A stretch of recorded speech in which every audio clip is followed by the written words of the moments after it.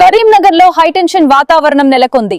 Karimnagar MLA Gangula Kamalakar camp కార్యాలయంలో BJP శ్రేణులు దాడికి దిగారు. హుజురాబాద్ ఎమ్మెల్యే పాడి కౌశిక్ రెడ్డి లక్ష్యంగా బీజేపీ శ్రేణులు మెరుపు దాడికి దిగడం ఇప్పుడు రాష్ట్ర వ్యాప్తంగా సంచలనం సృష్టిస్తోంది.